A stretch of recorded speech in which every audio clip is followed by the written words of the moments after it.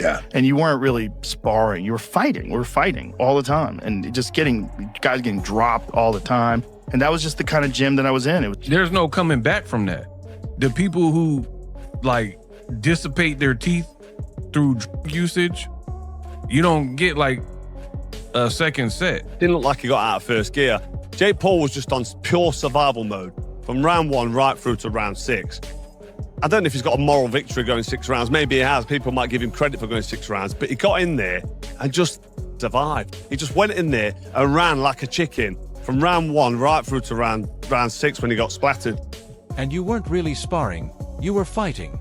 We're fighting all the time and just getting guys getting dropped all the time, and that was just the kind of gym that I was in. There's no coming back from that. The people who like dissipate their teeth through usage, you don't get like a second set. Didn't look like he got out of first gear.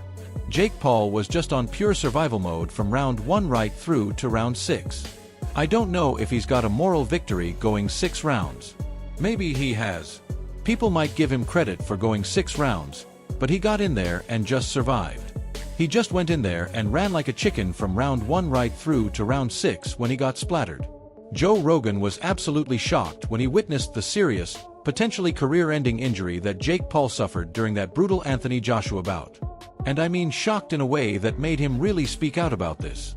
He emphasized with complete conviction that boxing is extremely dangerous, like genuinely life-threatening dangerous, not just some casual risk you can brush off. And here's what really got his attention. He made it crystal clear that continuing to fight after sustaining damage like this could severely affect not just your boxing performance, but your actual brain function and daily life going forward. We're talking about the kind of impact that follows you home, that affects how you think, how you process information, how you live every single day for the rest of your life. Experts in the field have reportedly come forward with warnings that such injuries carry long-term consequences that you can't just shake off or recover from with some rest. They're making it absolutely clear, crystal clear, that taking these kinds of risks in the ring is extremely hazardous and potentially life-altering in ways that could completely change who you are as a person. You can't think, you can't do things, you don't know what you're doing in life. It's like literally everything is your ability to think. And I knew that I was putting that in. Joe Rogan has come out strongly, and I mean really forcefully, cautioning Jake Paul to seriously reconsider taking on these high-risk boxing matches that keep getting more dangerous. He's emphasizing with real urgency that no career achievement, no amount of fame or money or glory is worth endangering your actual life, your health, your future. And let me tell you what happened after Jake's recent fight with Anthony Joshua, because it's pretty brutal. Jake suffered severe damage that wasn't just surface-level stuff. We're talking about a broken jaw, multiple teeth that were completely lost and had to be extracted. The kind of injuries that require serious medical intervention and months of recovery. Rogan is pointing out, and he's not wrong here, that continuing down this particular path, fighting these kinds of opponents, could lead to even more serious injuries that might be permanent. The kind of damage you carry with you for life. He's really stressing hard that the excitement and fame of these big spectacular bouts come at an extremely high personal cost. Here's the thing. Look at all them celebrities like dude from the Mighty Ducks, the little boy actor that got strung out on drugs. And all his fronts and all his teeth were missing from being on meth or whatever, you know what I mean, whatever drug of choice he was on. There's no coming back from that. The people who like dissipate their teeth through drug usage, you don't get like a second set. So if I'm not mistaken, the dude from Mighty Ducks, somebody like he's been clean and they gave him a makeover and he has like pretty much fake teeth. So yeah, the teeth are gonna be cooked. Now, I agree with the other part that Rogan was saying, but let's keep going. Yeah, I think he went into that fight knowing that was probably going to happen. Yeah. And ultimately, the big win for him would be that he was even willing to do it and that he could do well for a little bit. Yeah, and I've already expressed my thoughts on this. I'm not giving no props for a person who says I am a real deal boxer because I went in and get smashed and got my jaw broken, but I lasted longer than Ngannou. But I was crazy enough to try. Because, to be honest, we're way past the honeymoon stage with a person like Jake Paul. You've been in this for long enough to go through fight camps, dedicate your time, effort, energy, money, spar with people. You spar with some quality names because you have resources and money or whatever. So we're well past that to the point where you just get credit for stepping in. You maybe got credit your first fight or whatever, first couple of fights, for coming from your background. Look at all them celebrities like Dude from the Mighty Ducks, the little boy actor that got strung out on drugs and all his teeth were missing from being on meth or whatever. There's no coming back from that. I agree with the other part that Rogan was saying, but let's keep going. Yeah, I think he went into that fight knowing that was probably going to happen, and ultimately the big win for him would be that he was even willing to do it and that he could do well for a little bit. Yeah, and I've already expressed my thoughts on this. I'm not giving no props for a person who says I am a real deal boxer because I went and got smashed and got my jaw broken, but I lasted longer than Ganu. But I was crazy enough to try. David Haye reportedly came forward and explained in detail why Anthony Joshua couldn't knock out Jake Paul in that very first round. And his explanation actually makes a lot of sense when you break it down. He emphasized that boxing doesn't work like instant knockout scenarios. What actually happened was accumulation of damage over rounds. Jake stayed mobile, avoided some early heavy shots, but over time the punishment built up. Even though Jake survived early exchanges, the cumulative damage shows how dangerous boxing can be even when you're not getting instantly knocked out. That's usually what was always going to happen. A lot of people thought it would only last 1 or 2 rounds, but you've got to give Jake credit. There's a reason we have weight categories in boxing. At that level, experience matters massively. Credit to him for putting himself in harm's way. Analysts across the boxing world are increasingly vocal and so that's usually what happened, what was always going to happen. You know, a lot of people thought it would only last 1 round, 2 rounds, but no, you got to give Jake credit. You know, he went out there and had a solid game plan and was implementing it at times, was landing shots and was avoiding getting hit with a big shot. You know, but there's a reason we have weight categories in boxing, and I'd say he sticks with, you know, the cruiserweight division where the guys are the same size as him, because that, you know, without having the schooling, the many years, I was able to give away 100 pounds in weight because I've been boxing since I was 10. I was an international amateur and world champion at cruiserweight. That's why I was able to do the big jump and use the tactics that he used to win the heavyweight championship. But no, credit to him, nothing but respect for Jake Paul for putting on such an event and putting himself in harm's way. I would imagine some people back home for you are going to say, man, AJ should have gotten out of there in 2 rounds. Anyone who understands boxing knows it's very difficult to close the range on someone who doesn't want to hold his feet. And AJ's supposed to just run around swinging and missing. No, he's supposed to wait for the right opportunity, which he did. And once the opportunity presented himself, he landed and the fight was over. But yeah, anyone who kind of gives AJ stick because he didn't knock him out in 1 round doesn't understand boxing. What level would you say Jake Paul is after the performance? What level would you say Jake Paul is? It's hard to tell. It's very, very difficult to see what level he was because he was fighting someone in the top 5 in the world. So concerned about Jake Paul's career trajectory, suggesting he seriously reconsider continuing at this level. They point out he has often avoided elite prime fighters, instead facing retired or less experienced opponents. Now, after knockout losses, they argue the risks have caught up with him. Continuing at heavyweight could be extremely dangerous for his long-term health. And here's what really worries experts. The concern isn't just losing fights, it's permanent damage that money and fame can't fix. A lot of people thought it would be over in 1 or 2 rounds, but credit to him, he went in there and had a game plan. He was landing shots, avoiding big shots, but there's a reason weight classes exist. Credit to him for putting on the event, but he was always going to struggle against someone of Joshua's level. That's the reality of boxing. After the bout ended, analysts debated whether Jake should continue at all.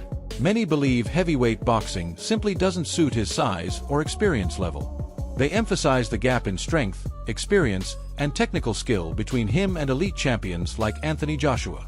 It raises serious concerns about his safety going forward. The broader conversation highlights how career decisions in boxing must balance ambition with health and realism. Because at that level, one mistake can change everything. In the end, Jake Paul didn't go in there to win. He went in there to survive. And while he did last rounds, survival alone doesn't equal being a top-level boxer. This is why boxers are boxers and influencers should stay in their lane. He was never on Anthony Joshua's level, and the results showed it clearly. That's it for today's video. Stay tuned. Forget everything you thought you knew about fighting contracts and social media beef. This isn't just about signing some papers or throwing shade online. This is about something far deeper. A sacred code of honor that was broken in plain. Not boxers like Anderson Silva, Tyron Woodley. None of them are boxers. Nate Robinson, who's a YouTuber. So I guess, over the hill, retired Mike Tyson, who's 60, almost lost his life before the fight and had blood transfusions and was coughing up blood and was transported off of a plane for passing out. And Jake Paul wanted to fight him and still tried to knock him out. A lot of y'all like to say he had mercy on Mike, but I promise you, I watched the fight. Just go back and watch it again. He was trying to knock Mike Tyson out from beginning to end. He could not do it. The reason he couldn't do it is because he refused to get too close to Mike Tyson, because Mike Tyson always would swing back, and he knew could not take that punch from Mike Tyson. So he hit and he ran. And at the end of the fight, he was not showing mercy on Mike. He was trying to make sure that he doesn't get knocked out or caught with something stupid, because he knows he's about to win. He didn't want to risk it. I'm not going to keep letting y'all run with this narrative that Mike Tyson was following a script with all these fake script posts running around on Facebook, or saying that he hit Sight. And let me tell you, the fallout is absolutely explosive. You're about to witness what might go down as one of the most intense, unfiltered callouts in the entire history of combat sports. And I'm not exaggerating here. Arman Tsarukyan, a guy who is known for his calculated vicious aggression inside the octagon, a man who makes his living hurting people professionally, just absolutely tore through Ryan Garcia's carefully constructed public image like it was nothing. And here's the thing, he didn't just politely ask for a fight like some kind of business negotiation. No, he demanded a war, a bare-knuckle street brawl with face shots and elbows. And get this, he challenged Ryan and his guy at the same damn time. Let that sink in for a second. This isn't your typical social media beef where people talk tough and nothing happens. This is a gauntlet thrown down live on camera in real time, forcing a global boxing superstar to confront a street-level challenge that he clearly never saw coming and definitely never anticipated. The real question here isn't whether or not this fight is actually going to happen. The question is, how badly did Ryan Garcia miscalculate his opponent's resolve and willingness to go to war over this? The implications of this direct, unfiltered challenge are absolutely staggering when you really think about it. It completely obliterates that carefully crafted separation between a boxing superstar's polished brand, the Instagram posts, the sponsorships, and the raw, unforgiving reality of what a top-tier MMA contender actually represents. This isn't PR drama or break him down. He said before the fight, I'm going to break him down, and then I'm going to knock him out. And that's exactly what he did. I thought it'd be all over within 3 rounds. But, when I got in the ring after, because I was shouting, just, anywhere, I got in, he went, what are you rushing me for? And I was like, oh, sorry. So, but like, obviously he knows what he's doing, and actually now quite pleased that we got the rounds. Yeah. To be honest. Yeah, I saw you said that. Really random. I was on Twitter and I saw Jake Paul's mom said she wants to get in the ring and punch you. She said she doesn't like the smug look on your face. She is promoting her book, so I'm not sure if she wants, But did you see that? What did you think of that? No, I was very sad because I couldn't have been nicer and more respectful of Jake and what he's done. And I think Logan's amazing. I think he's an incredible athlete. And I shook Jake Paul's dad's hand in the ring, And if I would have seen Mum, I would have said, all right. But I think over the years, we've obviously had our beef, and she probably don't like me anyway. And I am probably a little bit smug. I wasn't smug after the fight because I would have been more smug if it was all over in a round. Yeah. So, no, I give Jake respect. And, sorry, Jake's mum doesn't like me, but if she can send me a free book. Manufactured hype. This is deeply personal, and you can hear it in every word. Tsarukyan, a man who has stood toe-to-toe with the elite of the UFC lightweight division, isn't interested in friendly sparring. He's here to collect what he believes he's owed, not just money, but respect and honor. Ryan Garcia, a master of social media narratives, now finds himself in a situation completely out of his control. The stage is set for an unprecedented showdown, not just in a ring, but in the brutal court of public opinion. Every word, every excuse, every move is under scrutiny. And at the core of all this, a handshake deal, a broken promise, and a perceived disrespect that cut deeper than any punch. This is where everything ignites. Tsarukyan cuts straight to the point, no small talk, confronting Ryan Garcia about the promised $40,000. This isn't negotiation. It's an accusation. Ryan responds with deflection, claiming he didn't know the opponent was a professional fighter. This becomes his entire defense, a loophole to avoid responsibility. He tries to elevate himself, saying he's a professional too, attempting to create moral equivalence. But context matters. The original agreement was a body shot challenge, not a full fight. Ryan's justification looks like a retroactive rewrite of the deal. This moment exposes the core issue: misunderstanding, deception, or simply avoiding payment. In fight culture, a handshake deal isn't casual, it's sacred. Breaking it isn't just financial, it's personal. It damages reputation and trust. This situation highlights the gap between a polished boxing brand and the raw code of honor in real fighting culture. This is no longer about $40,000. It's about accountability, respect. Contests. Stopped on his feet, counted out, knocked out, whatever, however you want to call it. It wasn't a bad knockout. It wasn't an El Sparko. He wasn't rendered unconscious, but he got done.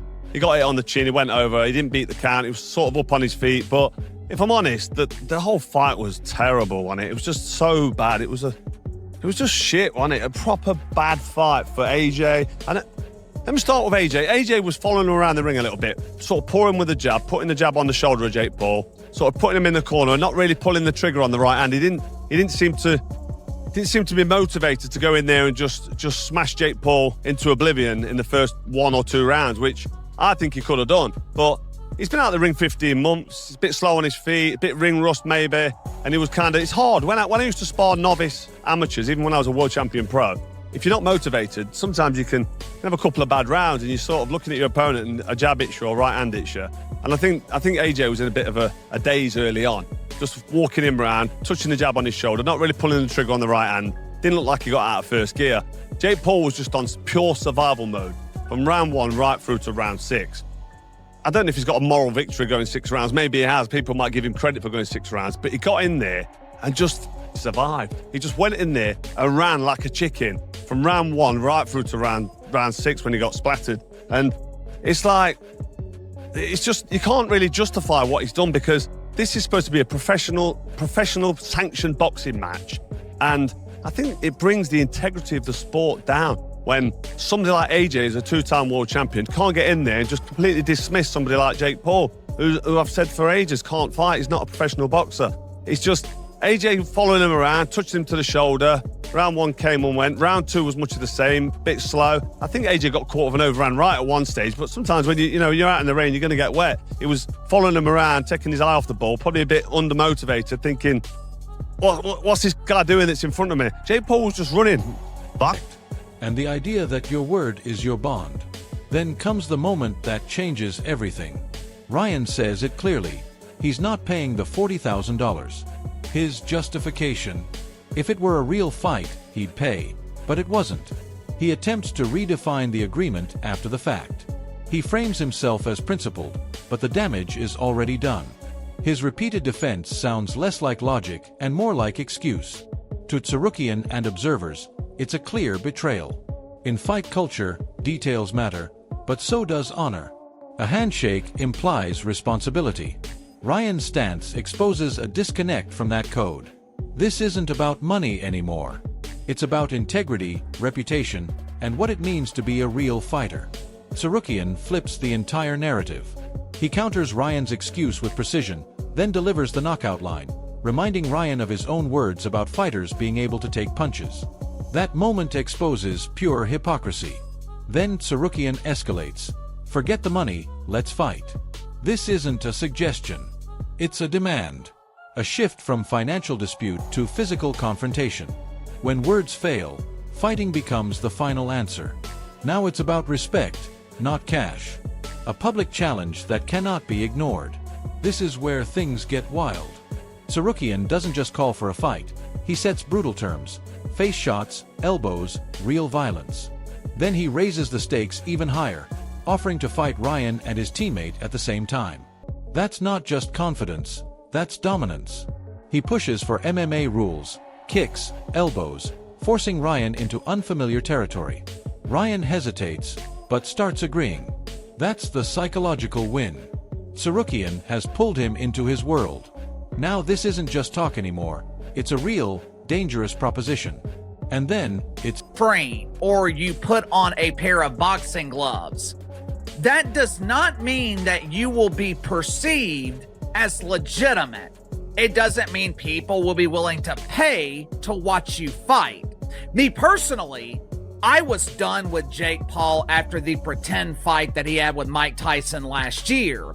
Clearly, I'm not the only one, because viewership for his fight last weekend with Anthony Joshua, it was significantly lower than a real fight between Canelo Alvarez and Terrence Crawford.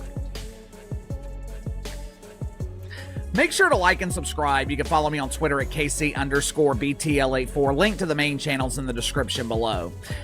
There are a lot of allegations right now that the fight between Jake Paul and Anthony Joshua was rigged, or it was supposed to be rigged. According to the conspiracy theories, Jake Paul was supposed to win the fight, but Anthony Joshua decided to knock his ass out anyway. If it was supposed to be rigged, it would not be the first time that a fight in boxing was stained with corruption. But either way, it doesn't matter, because interest in seeing Jake Paul fight is on the decline. His fight last weekend averaged 33 million views on Netflix. Now, to his credit, that is a great number. Done. Deal. Ryan agrees. Now they're discussing rounds, rules, logistics. This is no longer hype. It's a real fight negotiation. Then comes the chilling moment. Ryan asks about elbow pads. Sarukian says no. That one word changes everything. This isn't an exhibition. This is a real fight, with real consequences. What started as a $40,000 dispute has turned into a potential hybrid fight between a UFC contender and a boxing superstar. Now it's about pride, honor, and legacy. The entire fight world is watching. Will Ryan actually step into this dangerous territory? Will this fight even be allowed to happen? One thing is certain, this moment has already changed everything. Alright, so forget everything you thought you knew about fighting contracts, because this story goes way deeper than just signing some papers. We're talking about a sacred code here, an unwritten law that got shattered right out in the open for everyone to see. You're about to dive into what might be one of the most absolutely explosive callouts in the entire history of combat sports. And I'm not throwing that word around lightly. Arman Tsarukyan, this guy who's built a reputation for calculated, strategic aggression inside the octagon, just completely tore through Ryan Garcia's carefully constructed public image like it was tissue paper. And here's the thing, he didn't just politely ask for a fight. No, he straight up demanded a war. I'm talking a bare-knuckle brawl with face shots, elbows, the whole brutal package. And get this, against Ryan and his guy at the same damn time. Let that sink in for a second. This isn't just some typical beef between fighters trying to hype up a match. This is a full-blown gauntlet being thrown down live on camera for the entire world to witness, forcing a global superstar to confront a street-level challenge that he absolutely never saw coming and clearly wasn't prepared for. Action to Anthony Joshua knocking out and breaking Jake Paul's jaw. Just talk to me right now about the fight itself and then we'll break it down. Bit of a crap fight, if we're all honest. It was like watching Jaws 2 when all the kids went out on their boats and they were in the middle of the sea and the shark was just surrounding the boat, just like that's what it was like. It was just like a shark circling its prey and just like it was like nibbling and eventually got him. But Jake Paul showed big plums in there, no matter what anybody says about him, because I've seen people say, yeah, he went in there to survive. Yeah, okay, he went in there to survive. he's a guy that's been boxing a couple of years against a unified champion of the world who can really punch. It wasn't the best. It wasn't the best fight. It just wasn't the best thing to watch, was it? Like it was just, it weren't great. I just want to see now Tyson Fury against Anthony Joshua. I think at the stages of their careers they're at, AJ and Tyson Fury, we don't need to see interim fights, Andrew. We don't need to see interim fights because they're just potential banana skins. We want to see two of the best heavyweights of this era going at it. Weight categories in boxing. At that level, experience matters massively. Credit to him for putting himself in harm's way.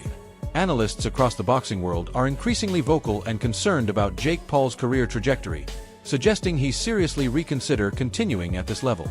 They point out he has often avoided elite prime fighters, instead facing retired or less experienced opponents. Now, after knockout losses, they argue the risks have caught up with him. Continuing at heavyweight could be extremely dangerous for his long-term health. And here's what really worries experts. The concern isn't just losing fights, it's permanent damage that money and fame can't fix. A lot of people thought it would be over in 1 or 2 rounds, but credit to him, he went in there and had a game plan. He was landing shots, avoiding big shots, but there's a reason weight classes exist. Credit to him for putting on the event, but he was always going to struggle against someone of Joshua's level. That's the reality of boxing. After the bout ended, analysts debated whether Jake should continue at all. Many believe heavyweight boxing simply doesn't suit his size or experience level. They emphasize the gap in strength, experience, and technical skill between him and elite champions like Anthony Joshua. It raises serious concerns about his safety going forward. The broader conversation highlights how career decisions in boxing must balance ambition with health and realism. Because at that level, one mistake can change everything. In the end, Jake Paul didn't go in there to win. He went in there to survive. And while he did last rounds, survival alone doesn't equal being a top-level boxer. This is why boxers are boxers and influencers should stay in their lane. He was never on Anthony Joshua's level, and the results showed it clearly. That's it for today's video. Stay tuned.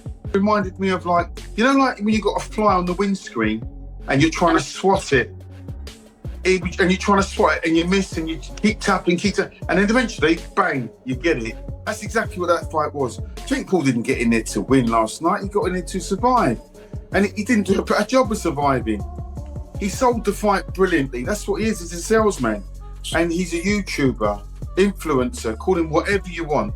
So from that perspective, he did his job, but he never got in there to win.